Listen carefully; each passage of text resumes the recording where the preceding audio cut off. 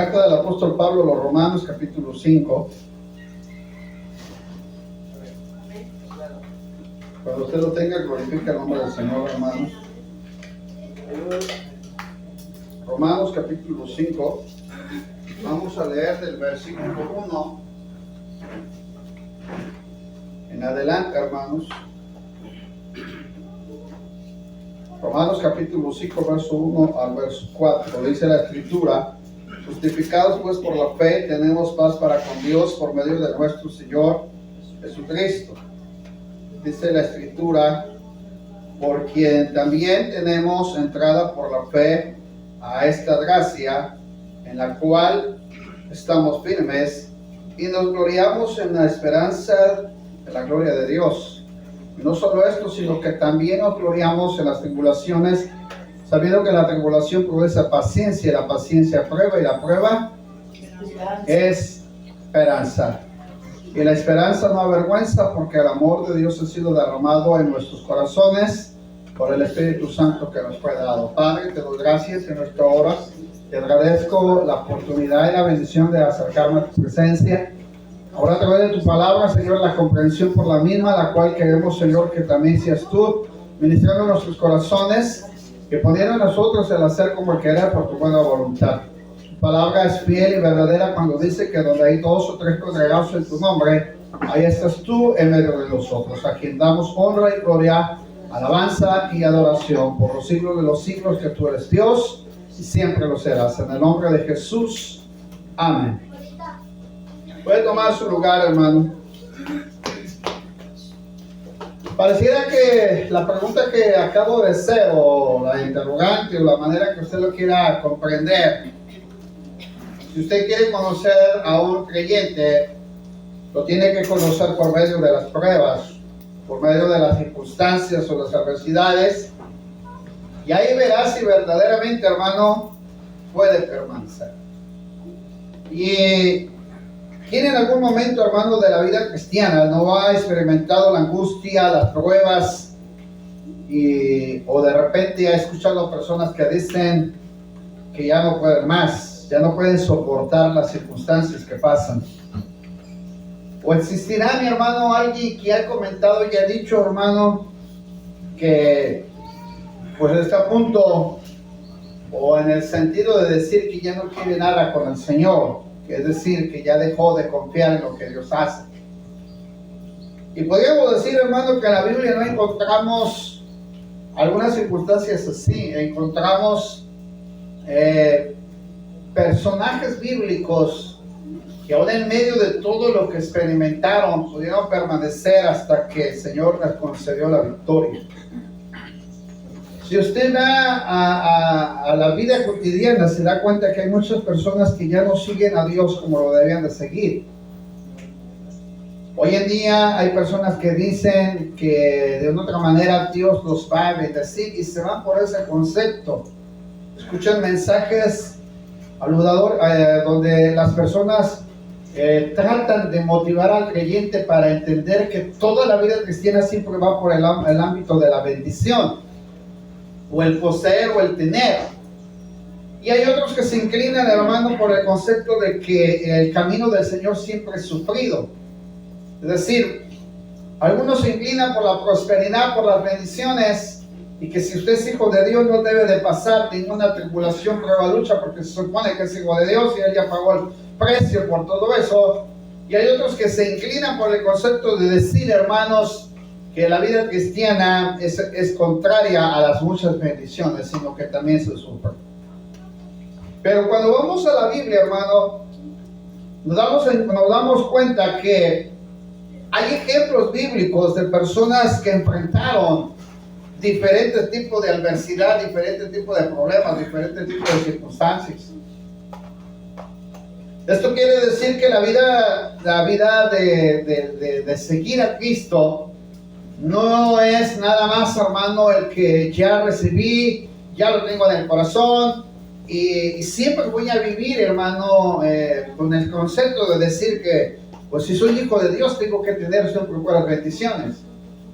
Entonces nos equivocaríamos, hermano, en el ejemplo de Job, cuando este hombre, mi hermano, fue probado al límite de que tuvo que perder todo y tener que recibir, hermano, un mensaje no muy alentador, ¿no? Cuando le dijo a su esposa, maldice a tu Dios y muérete. En pocas palabras, hermano, él fue llevado hasta el límite de todo lo que él podía ser íntegro y fiel delante del Señor. Y superó la prueba, sí, pero no sabemos, hermano, el periodo. Algunos comentaristas dicen que aproximadamente fue un año de prueba. Algunos se ceden a menos, pero lo que sí encontramos en la Biblia es que Job tuvo que experimentar esa circunstancia que tuvo que pasar. Y si vemos a Abraham, hermano, Abraham no quedó exento de las pruebas, ni de las dificultades, ni de las tribulaciones, ni de las luchas, o vamos a decir así, hasta de los problemas. El hombre de fe, mi hermano, después de salir de la tierra y la parentela, tuvo que enfrentar la hambruna. Después tuvo que tomar la decisión de la separación de Lot, su sobrino. Y luego también, hermano, tuvo que enfrentar las circunstancias a donde tuvo que interceder sobre Sodoma y Gomorra para que Lot fuera libertado de ahí. Sabe que también Abraham tuvo que enfrentar el secuestro de su sobrino cuando vinieron los reyes y lo invadieron y se lo llevaron. Y él tuvo que ir a alcanzarlos, pelear por la libertad de su sobrino hasta que lo logró, hermano. Así es que ellos experimentaron como Abraham, que tuvo que experimentar la esterilidad, que no tenía hijos. 15 años tuvieron que pasar para que Abraham recibiera la noticia que tendría un hijo en su vejez. Y vamos a decirlo, hermano, no quedó exento de las necesidades. Vamos también a ver a su hijo Isaac, que a casi el inicio, hermano, de su, pues ya vamos a decir, del enfoque bíblico, se encuentran con la esterilidad. Su esposa Rebeca no podía tener hijos. Dice la escritura que tuvo que clamar para que el Señor le concediera tener la bendición de tener hijos. ¿Y quién le ha dicho que no tuvieron problemas como Jacob, que tuvo que salir huyendo de la casa de sus padres? Aquí a veces hay jóvenes que no aguantan los problemas en casa, pero ¿quién le dice que Jacob no tuvo problemas como siendo un joven? Todavía no era casado, tuvo problemas en familia, tuvo que salir huyendo, se tuvo que ir a la tierra de Labán. Allá tuvo que trabajar, se enamoró, tuvo que llevar su vida cotidiana. Usted sabe cuánto tiempo trabajó por Raquel, cuánto trabajó por Lea. Y aún así, hermano, después del periodo en el que estuvo ahí, fue engañado, fue también, en pocas palabras, en un concepto, tuvo que pagar el precio de lo cometido con su hermano Esaú. Al regreso, mi hermano, pues usted sabe que tuvo que luchar para tener paz en su corazón sobre la situación de su hermano. Y dice la escritura, mi hermano, que tuvo que enfrentar la deshonra de su hija Dina. Oye, hermano, a veces nosotros nos quejamos con lo poquito que pasamos. Ve a Jacob lo que tuvo que pasar. Y luego tuvo que enfrentar de parte de la deshonra, la desdicha de que sus hijos tomaron venganza. Y luego tenía que enfrentar una hambruna al tal grado que tuvo que ir a Egipto, tierra extranjera, para ser sostenido por la mano de Dios allá. Pero Dios preserva un hijo para bendición a la vida de Jacob y todos sus descendientes. ¿Quién les dijo que ellos no tuvieron problemas? Vamos a Moisés, errante 40 años en un desierto. Casi no sobresale su familia de Moisés. Hay dos pasajes que resaltan la vida familiar de Moisés. Pero luego que este hombre se vuelve a casar de la pérdida de su esposa, lo criticaron cuando se casa con Septura, lo condenaron. Al grado, mi hermano, que después de tanto problema en circunstancias que pasó en el desierto, después de golpear la piedra más de lo debido, no entra a la tierra prometida. Josué también tuvo sus luchas. Josué, mi hermano, la desdicha de tener que enfrentar a un pueblo que todavía radicaba en su corazón la idolatría, al grado que tuvo que decirle al pueblo: escogeos a quién sirváis, yo en mi casa serviremos a Jehová. Pero después se encuentra en el libro de los Jueces que hay un pueblo que no siguió a Dios porque no conoció ni sus maravillas ni sus prodigios, ni mucho menos siguieron el camino de Jehová. ¿Quién le ha dicho que no tuvieron problemas? Yo no sé por qué hay creyentes que con los problemas se agobian, que con los problemas dejan de buscar o dejan de impulsar su vida para seguir al Señor. Podemos encontrar, hermano, por ejemplo, Elías, por el temor de la muerte, que de repente, mi amado hermano, Elías tuvo que salir huyendo porque Jezabel lo amenaza. y le dijo que pondría su vida semejante a los profetas de Baal y de hacer a que les había matado, les había cortado la cabeza, amado hermano, juntamente con los que le siguieron y lo amenazaron. Salieron huyendo, al grado que Elías se tuvo que esconder en la cueva, y dice la escritura que Dios se le tuvo que manifestar a Elías para sacarlo de ahí donde se había encontrado. Elías también enfrentó el temor, también enfrentó el desánimo, también tuvo, mi hermano, el desaliento y el temor de que lo quitaran la vida. Quiere que les siga mostrando otros ejemplos. Los jóvenes hebreos se enfrentaron ante la lealtad de Dios, ante un pueblo inconverso, un pueblo idolátrico. Ellos tuvieron que aprender a honrar a Dios en medio de la nación de Babilonia. Los pusieron ante el horno de fuego, al grado que tuvieron que permanecer fieles y honrar a Dios en medio de la situación en la que estaban. Fueron lanzados al horno de fuego. Daniel al foso de los leones. Daniel tuvo que mantener su vida devocional en medio de los problemas. Y a mí como me llama la atención esto. Y cada que yo trabajo y ando ante las personas inconversas, allá siempre me acuerdo de Daniel. Que Daniel, hermano, estuvo firme en medio de las acechanzas que tuvo que tener. A pesar de todo, que tuvo que guardar su vida devocional. Oraba 3 veces al día.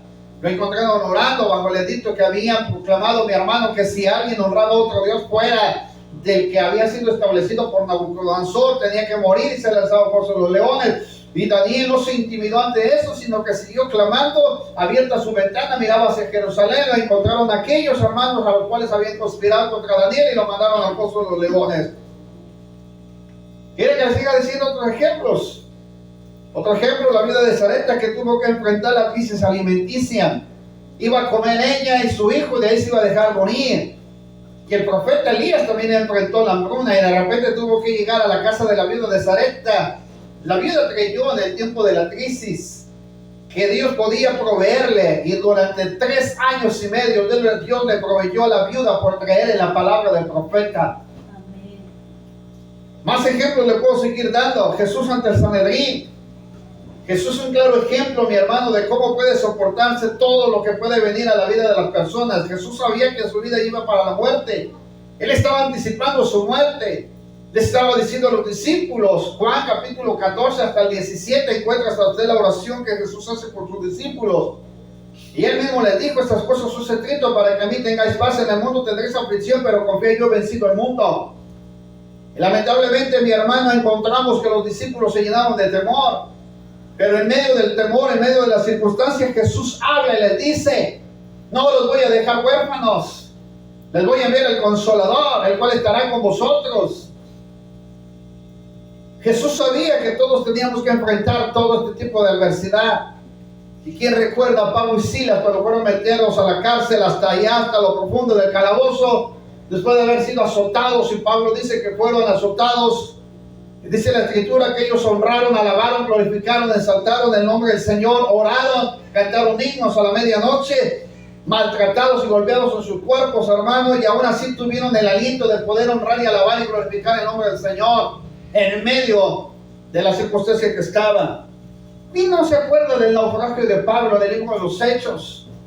Cuando dice la escritura que iba a ir a comparecer ante Roma y tuvo que enfrentar un naufragio, aproximadamente 14 días llevaba en ayuno, sin comer ni beber.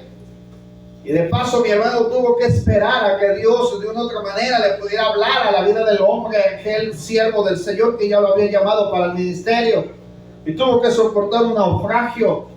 Y tuvo que entender que Dios lo sacaría de medio de la adversidad en la cual estaba. Pero aún saliendo, mi hermano, del naufragio, la escritura nos enseña que Pablo llega a la isla de Malta.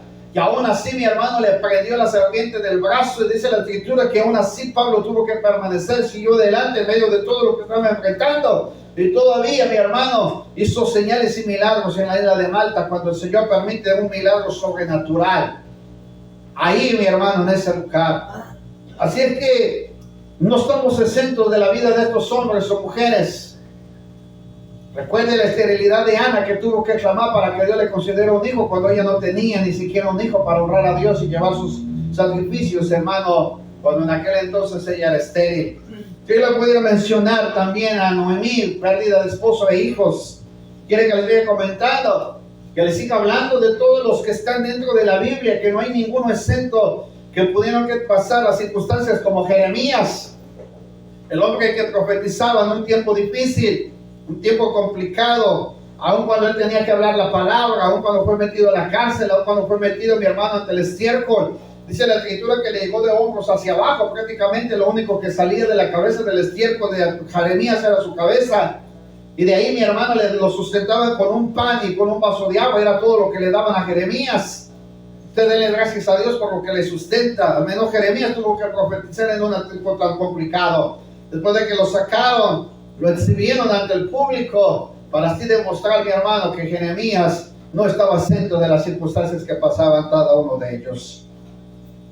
Pero a mí me llama la atención lo que el apóstol Pablo dice, que hay algo que hay alguien que nos justifica ahora, que hay alguien que ahora nos ha dado la bendición de ser justificados a pesar de las circunstancias que pasamos.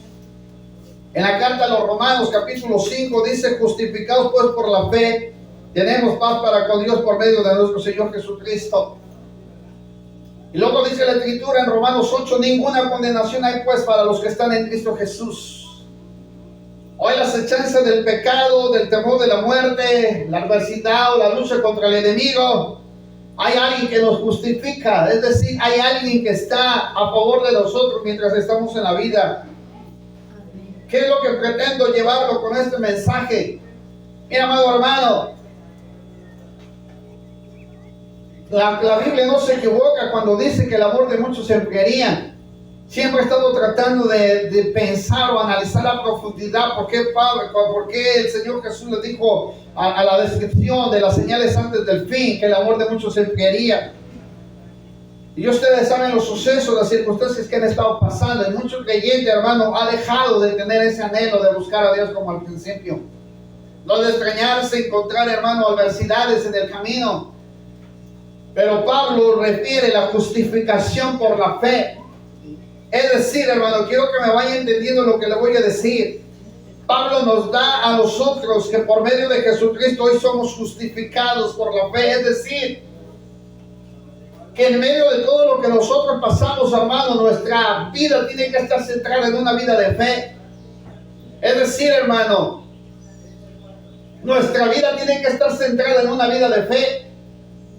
Se lo vuelvo a repetir para que me pueda entender. Su enfoque debe estar centrada en una vida de fe.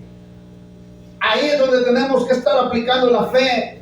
Probablemente usted me pregunte y diga: bueno, hermano, ¿y cómo le podemos hacer? Hay personas, hay creyentes que tienen solvencia económica, es decir, que ni siquiera se pueden preocupar por el día de mañana. Hay personas que tienen solvencia económica y que de repente ni siquiera se pueden a pensar que el día de mañana están como aquellos que dependemos por fe y decimos: el pan de cada día dánoslo hoy. Y que es fácil, hermano, para ellos llevar una vida cómoda y feliz y tranquila porque dependen siempre de un sustento, pero no de una vida de fe. El apóstol Pablo sabía que la vida de fe iba más allá de un solo sustento. Él sabía, mi amado hermano, que era necesario mantener la fe centrada en Cristo, porque ahora éramos justificados por medio de Él. Es decir, ¿quién te justifica? ¿Qué es lo que te justifica? ¿Y por qué te justifica? Todo se centra en Cristo. Hijitos míos, si alguno hubiera cometido pecado, abogado tiene para con el Padre Jesucristo el justo. Es decir, nuestra fe se centra en la obra expiatoria de Cristo, todo lo que Cristo hizo, todo lo que el Señor, hermano, ha hecho en nuestras vidas.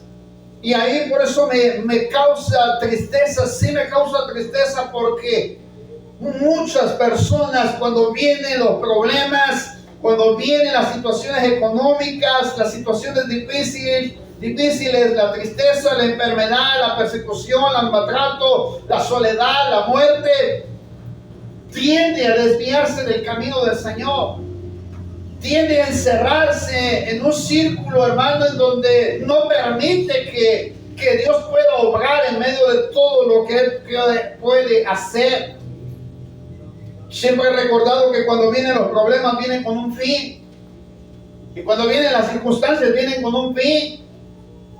Y es triste que a veces, hermano, a las personas cuando le vienen todo este tipo de problemas tienden, y lo he visto, que tienden a solucionarlo todo con el dinero, pero menos con la fe. Cuando vamos a la Escritura, Pablo nos lleva a la justificación centrada en Cristo. Se lo vuelvo a repetir, Pablo nos lleva a la justificación centrada en Cristo. Si Dios me permite, la próxima semana quiero hablar de todos los beneficios o todo lo que centra el sacrificio de Cristo. ¿Por qué Pablo nos lleva a la justificación en Cristo? Es decir, ¿por qué Pablo nos está diciendo tu fe tiene que estar centrada en Cristo? Amén. Tu fe tiene que estar basada en el sacrificio de Cristo. Te tiene que sostener tu fe en medio de todo lo que pases. Tu fe tiene que sostenerte ahí en el momento más difícil. Dice la Escritura, porque quiero tomar en cuenta el verso que está más abajo, porque también nosotros tenemos entrado por la fe a una gracia en la cual estamos firmes. ¿Se da cuenta? Pablo dice, mi fe centrada en Cristo me permite entender la gracia o el favor inmerecido que Cristo me ha dado. A ver, hermanos, un ejemplo rápidamente para pasar a lo que quiero terminar. Cuando usted llegó al Evangelio, a lo mejor usted llegó a un Evangelio no tan complicado, o a lo mejor creyó o ha pensado, o déjeme decirlo de esa manera, sin tener que condenar o juzgar alguna acción que vaya en contra de lo que usted ha experimentado del Evangelio. Pero algunos experimentamos el Evangelio con situaciones complicadas. Cuando el Señor me lleva al Evangelio y nos tiene que llevar a la familia al Evangelio, nos llevó quitándonos todo. Todo nos quitó.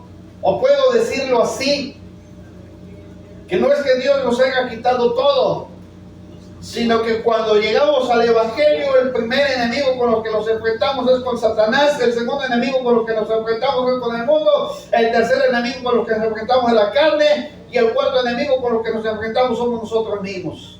Si es que muchas veces Dios permite las cosas para que podamos arriesgarnos y aferrarnos a Él. Tome en cuenta lo que le estoy diciendo. Usted ya ha sido justificado. Su fe tiene que estar centrada en Cristo. En medio de todo, su fe tiene que estar centrada en Cristo. Segundo, usted debe de entender algo que está aquí.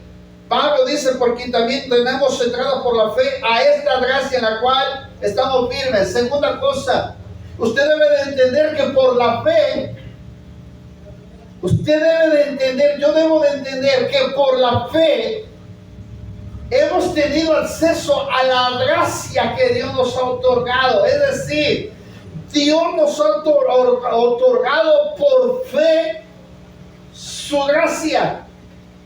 Es decir, yo tengo que creer que lo que Dios hace conmigo es por su gracia.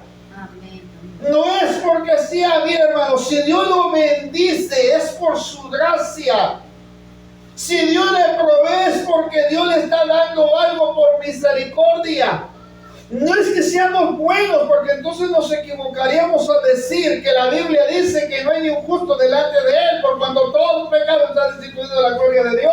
Quiere decir que Dios nos ha otorgado gracia indiferentemente a cada uno de nosotros por la fe que usted tiene centrada en Cristo. Es decir, Dios le otorga a cada hermano parte de su gracia por la fe que le tiene a Él.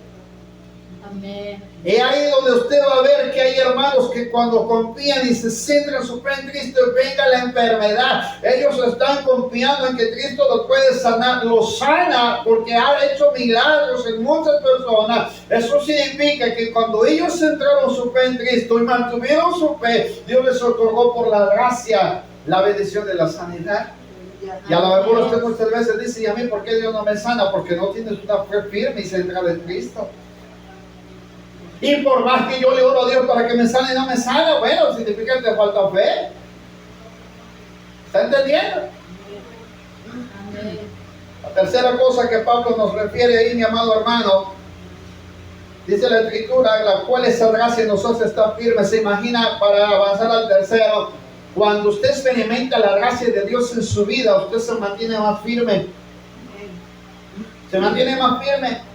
Y cuando le viene un problema, usted dice, no, ya, si yo ya pasé un problema complicado, y de repente a veces los hermanos nos lo toman a mal cuando usted le dice, eso ni siquiera se compara con lo que yo he pasado.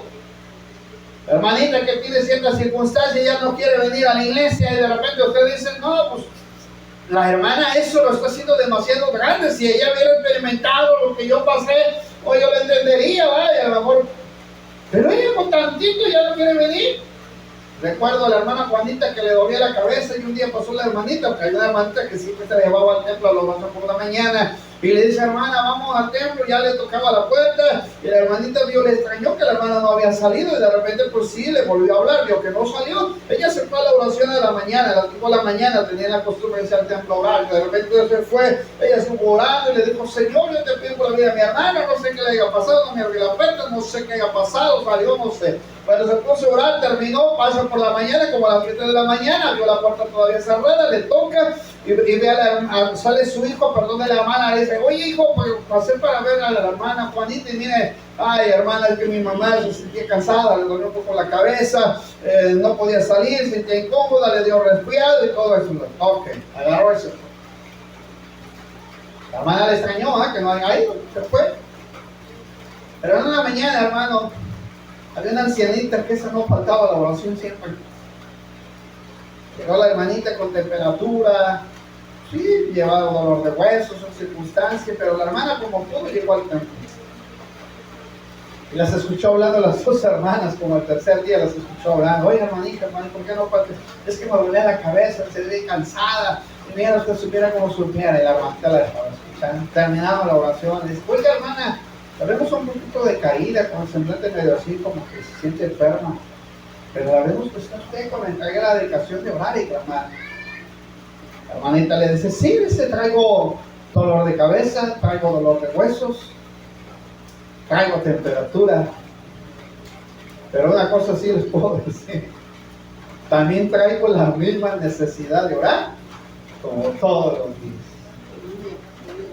La hermana Juanita se quedó así como que diciendo una ancianita casi de 90 años, con temperatura, dolor de huesos y como pudo, pero la hermana traía la misma necesidad de orar. La hermana Juanita, que no pasaba ni siquiera de los 50 años, no se presentó a la oración porque le dolía la cabeza, se sentía indispuesta y no podía ir. ¿Qué más ejemplo hay? ¿Qué quiero decir con esto? A lo mejor me diga, hermano, es que a lo mejor usted no sabe por qué la hermana Juanita no pudo ir.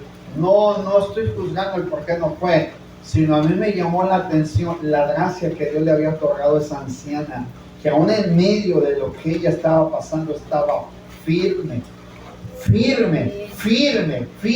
porque ella sabía que aunque su cuerpo estaba mal o estaba enfermo, pero su deseo interno no paraba con la enfermedad. Ella fue al templo, lloró, clamó, pidió, suplicó y Dios estaba en la vida de la hermana. Eso significa lo que el apóstol Pablo dice abajo, que nosotros vamos a experimentar la gloria de Dios. Nosotros vamos a entender, hermano, que la tercera parte que reafirma Pablo se encuentra ahí mismo en el versículo 2. Y nos gloriamos en la esperanza de la gloria de Dios. ¿Qué quiere decir? La hermana se estaba prácticamente gozando de experimentar la gloria de Dios. Estaba ella experimentando su interior, lo que Dios estaba haciendo con ella. La enfermedad no le pudo arrebatar el deseo de orar. La enfermedad no le arrebató la necesidad de estar en la presencia de Dios. La enfermedad no le quitó, hermano, esa inquietud, como dijo aquella hermana, que no se me olvida todavía cuando dijo, mire hermano, así pueda estar mutilada, así pueda estar sin un pie o una mano, o probablemente pueda estar en cama, pero dentro de mí hay una necesidad siempre de glorificar y exaltar el nombre del Señor. Si hay algo que yo puedo experimentar, que después de que le amputaron la pierna izquierda a mi hermano, ella le decía, Señor, aún sin una pierna, yo he de seguir alabando y glorificando tu nombre. Después la enfermedad le quitó la segunda pierna a mi hermano, la derecha, y quedó por un tronquito de lo que era la cadera hacia arriba, y la hermana la llevaban en silla de ruedas al templo, y la veía como cantaba, alababa a Dios, y un día me le acerqué a la hermana cuando me tocó ir a esa iglesia, y le dije, hermana, me llama de asombro lo que usted hace. Me dice, ay hijo, si aún lo único que me quitaron fue 2 piernas, pero no me han quitado el alma, no me han quitado el deseo de alabar y de glorificar el nombre del Señor. Así me añada al Señor y me tenga que quitar otra cosa, mientras haya aliento en mí, yo he de glorificar a mi Señor con todo lo que el Señor me deje hacer por él. Este mensaje va para los hermanos que se han quedado en casa y en cama, mi hermano. Pensando en que a veces no podemos glorificar al Señor más allá de las posibilidades que nos ha dado. Pablo manifiesta la gloria, entendiendo que el Señor nos da la esperanza de que un día hemos de estar con Él. Pero también al final quiero cerrar así. Pablo nos habla que nos debemos de gloriar en las tribulaciones. En el versículo 3, y no solo esto, sino que también nos gloriamos. Pablo dice, mi fe está centrada en Cristo. Segundo, yo tengo una fe centrada en la gracia que Dios me ha otorgado. Porque mientras más me aferro a Cristo, más pruebo su gracia. Tercero, tengo una esperanza de la gloria eterna. Mi fe está centrada en la gloria eterna. No está centrada en este mundo. Ya le di las tres cosas importantes. Una, su fe tiene que estar centrada en la obra expiatoria de Cristo. Su fe tiene que estar centrada. Si usted sabe que está enfermo, ¿qué dice la Escritura en Isaías 53? Él llevó nuestras enfermedades, llevó nuestros dolores. Su fe tiene que estar centrada en la gracia de Cristo, en lo que Dios inmerecidamente nos ha otorgado. Usted sabe que Dios le puede bendecir, como Dios le puede proveer, como Dios le puede permitir los problemas, pero usted siempre sabe que Dios no lo va a dejar en medio de todo lo que usted pase. Tercera, su fe está centrada en la esperanza que tiene en Cristo. Amén. Voy pues a preparar un lugar para que donde yo esté, vosotros también estéis. Ahora sabemos que los que amamos a Dios, que dice, todas las cosas nos ayudan para bien. Amén. Cuando usted centra su fe en Cristo, usted sabe que Dios lo justifica. Cuando usted centra su fe en Cristo, usted sabe, mi hermano, que va a experimentar su gracia. Y cuando usted centra su fe en Cristo, usted sabe que tiene una esperanza en la gloria eterna. Y podrá experimentar la gloria de Dios. Amén, hermano, ¿me entendió? Amén. Ahora quiero cerrar así. Pablo dice, nos gloriamos en las tribulaciones. ¿Por qué Pablo se gloriaba en las tribulaciones? Porque él sabía que parte de todo eso que pasaba era parte del proceso para llegar a la gloria eterna. Siempre me he imaginado, y tengo un libro que se llama Corramos con los gigantes. Y ahí el escritor dice, si Pablo estuviera entre nosotros, que nos encontrara desanimados y desalentados, Pablo se quedaría asombrado de que nosotros estuviéramos así. Pablo se gozaba en las tribulaciones. A veces nosotros nos quejamos por lo que estamos pasando. Pablo se gozaba, y el concepto de gozarse es decir, él tomaba las cosas para bien, no las tomaba para mal. Es decir, si venía la enfermedad, él lo tomaba para bien. Si venía un ejemplo, ahí puede usted entender lo que Pablo tomó cuando estaba en el calabozo con Pablo y Silas. Él lo tomó para bien, lo tomó como una oportunidad de cantar, orar. ¿Y acaso no experimentó la gloria de Dios? Después de orar y cantar, dice la Escritura que la tierra tembló y las puertas se abrieron, las cadenas cayeron. Él experimentó la gloria de Dios. Eso es lo que nos hace falta a nosotros. Gozarnos con las tribulaciones. Pero luego la Escritura nos dice que la tribulación que Pablo la tomaba con gozo, que le producía a Pablo paciencia. Amén, hermano. Amén. El salmista David también fue un hombre que experimentó, mi hermano, las tribulaciones, experimentó la paciencia como fruto. ¿Sabe que usted necesita tribulaciones para tener paciencia? Para los que somos creyentes en Cristo y que permanecemos en la fe centrada en Cristo, sabemos que las tribulaciones a nosotros nos van a producir paciencia. A veces a usted le han dicho, ten paciencia. No va a tener paciencia si no es producida por la tribulación. Me llama la atención porque Pablo era un hombre paciente. Escribe de los frutos del Espíritu, adentrando la paciencia y la mansedumbre y la templanza. Hoy Cristo tuvo una paciencia, una templanza, una mansedumbre más allá de lo imaginable. Pablo dice, si tu fe está centrada en Cristo, en la justificación que Cristo ha hecho por ti, si tu fe está centrada en la gracia que te ha otorgado, porque tu fe está centrada en Él, si tu fe está centrada en la esperanza de la gloria de Dios, entonces puedes recibir, para cerrar, las tribulaciones con gozo. Entiendan esto. Si mi fe está centrada en la obra expiatoria de Cristo, si mi fe me ha hecho, mi hermano, experimentar la gracia, el favor inmerecido de Dios, si mi fe me da la esperanza de la gloria de Dios, entonces, si vienen los problemas, los voy a recibir con gozo. ¿Por qué? Porque mi fe está centrada en Cristo, porque mi fe me ha hecho entender su gracia y porque mi fe me ha hecho entender que tengo una esperanza en Él. Todo esto que estamos pasando solamente será un medio para poder alcanzar la gloria eterna. Por eso está escrito el libro de los Hebreos capítulo 11. Los hombres de la fe. Ahí está registrado. Cuando usted esté pasando problemas, acuérdese, diga, Romanos capítulo 5, por medio de la fe estoy justificado porque Cristo experimentó todo lo que yo experimenté. Cuando usted está pasando necesidades, vuelva a recordar que hemos recibido su gracia. Ahí está la gracia del Señor. Y cuando estamos pasando problemas, tenemos que volver a recordar que tenemos una esperanza en Cristo. Amén. La gloria eterna, hermanos. Gloria eterna. Hace unos días un señor me dijo, ya estoy preocupado, me voy a comprar mi ataúd porque no sé que me vaya a morir y mi esposa no tenga ni mis hijos tengan donde sepultarme. Yo me quedé, me empecé a reír. Él me dice, ya también deberías hacer tú también lo mismo. Le dije, mira, mi cuerpo, cuando se va mi alma del cuerpo, ya hay que se preocupen los que me tengan que enterrar. A mí me preocupa cuando mi alma tenga que presentarse ante el Señor para la gloria eterna. El cuerpo aquí se va a quedar, no te preocupes, la muerte viene en Alzheimer y ahí vas a terminar. Pero debes de preocuparte cuando tú termines tu vida hacia dónde nos vamos a dirigir. ¿Cuál es su esperanza si hoy el Señor le quitara la vida, hermano?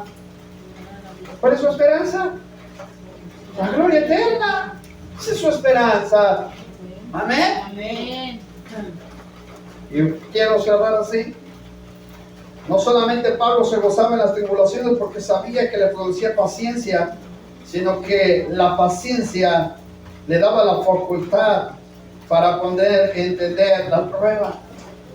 Es decir, Pablo entendía que las tribulaciones le iban a producir a él paciencia y esa paciencia lo iba a facultar para poder sostenerse en medio de la prueba. Y la prueba, hermano, le produciría esperanza. Entonces, para arreglarle el trabalenguas, quiero que me entiendan. Para Pablo, las tribulaciones era medio de entender que Dios estaba produciendo en él la necesidad de depender más y tener más confianza en el Señor, tener más comunión. Es decir, quiero cerrar así, entiéndame. A usted y a mí, la tribulación nos tiene que producir la necesidad de depender más de Dios. Cuando venga el problema, venga la circunstancia, ¿qué tiene que hacer?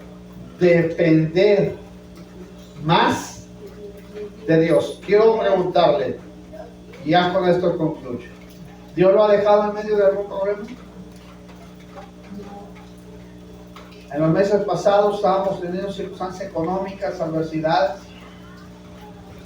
y de repente Dios provee, empieza a proveer, no nos da más ni nos da menos, nos da lo que necesitamos. Pero yo veo personas que tienen que no pueden ni dormir, porque no saben en qué lo van a gastar o están preocupados por lo que les puede pasar. Pero lo que quiero que entiendan es que la tribulación para usted, para mí, ¿qué va a producir en nosotros? Paciencia. ¿Qué es la paciencia según Pablo en Romanos?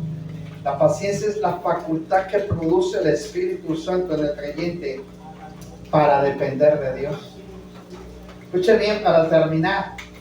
La paciencia es la facultad que produce el Espíritu Santo en la vida del creyente para depender de Dios. Es decir, no es paciencia de decir, no, pues voy a esperar, voy a estar tranquilo. No. Usted podrá tener encima el problema, pero el Espíritu Santo le da la facultad para poder, hermano, depender de la obra que Cristo hace en su vida.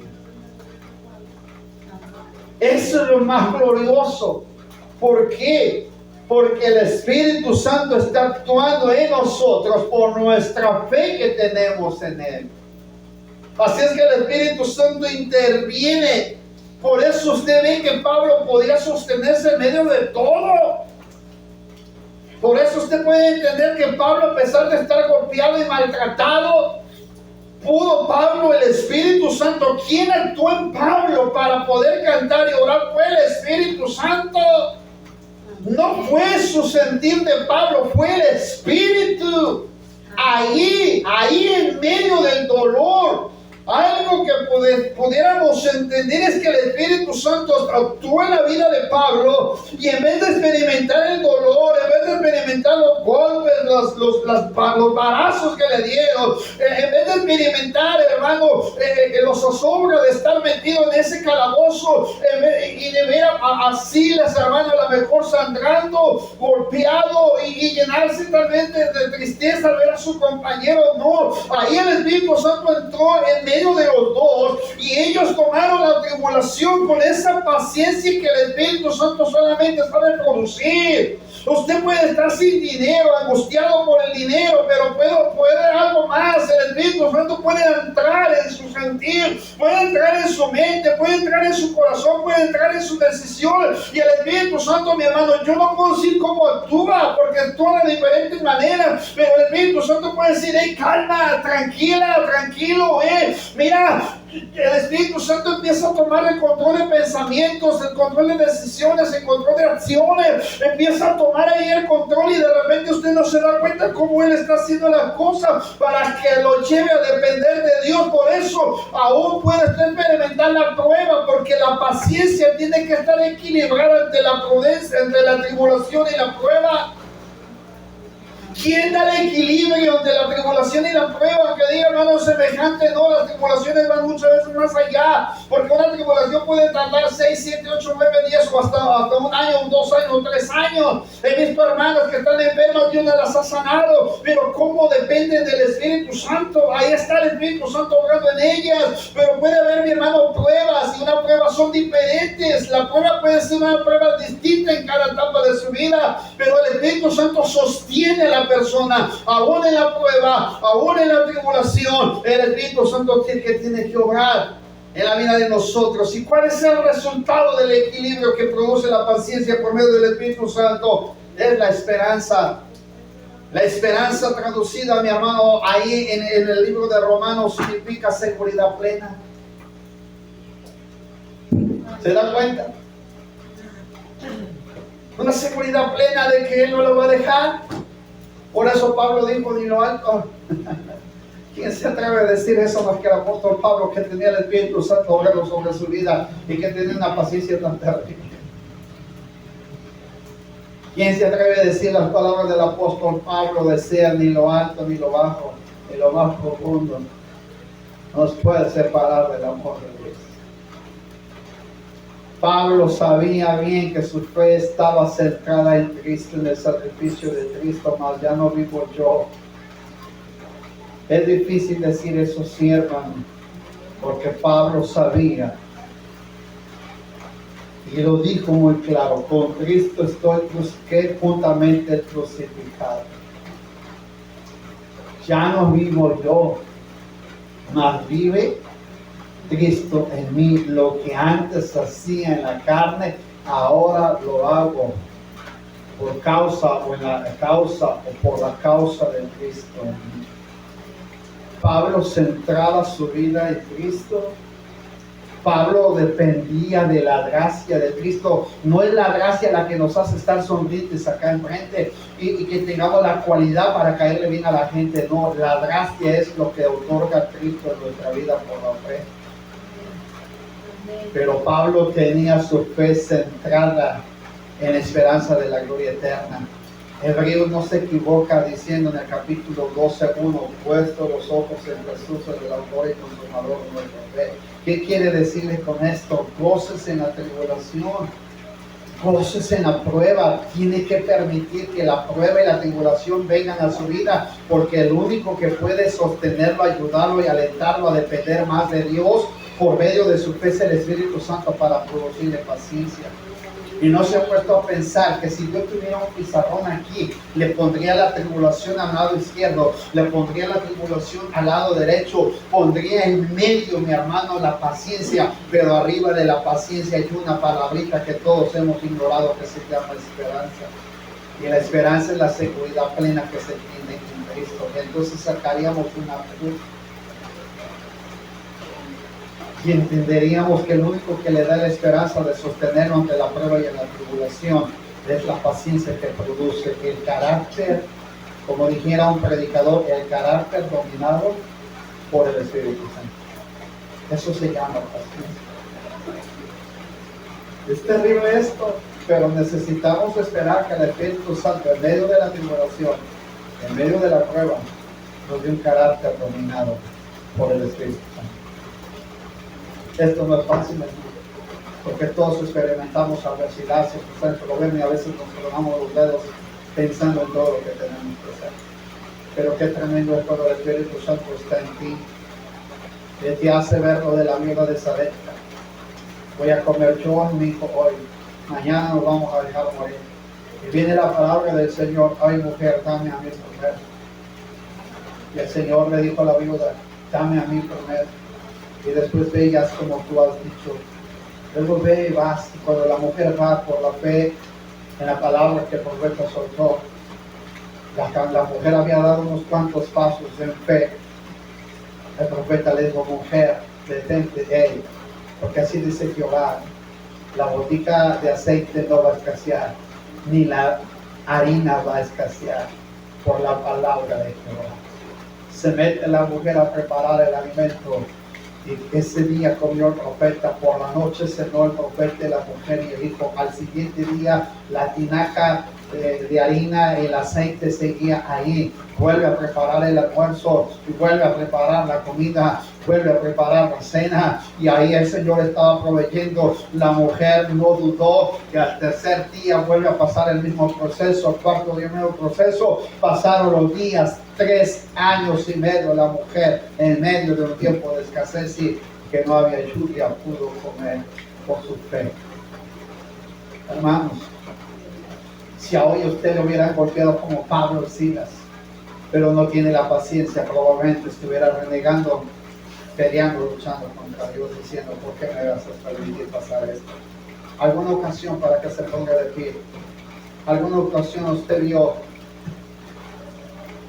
o ha visto hermanos renegando por todos los problemas que pasan?